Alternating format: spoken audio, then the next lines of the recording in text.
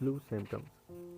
Influenza can cause mild to severe illness and at times comes lead to death. Flu is different from a cold. Flu usually comes on suddenly.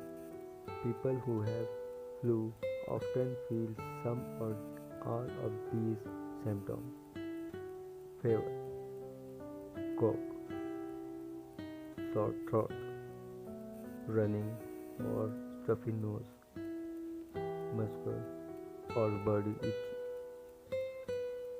headache, tiredness. Some people may have vomiting and diarrhea. The base is more in children than adults.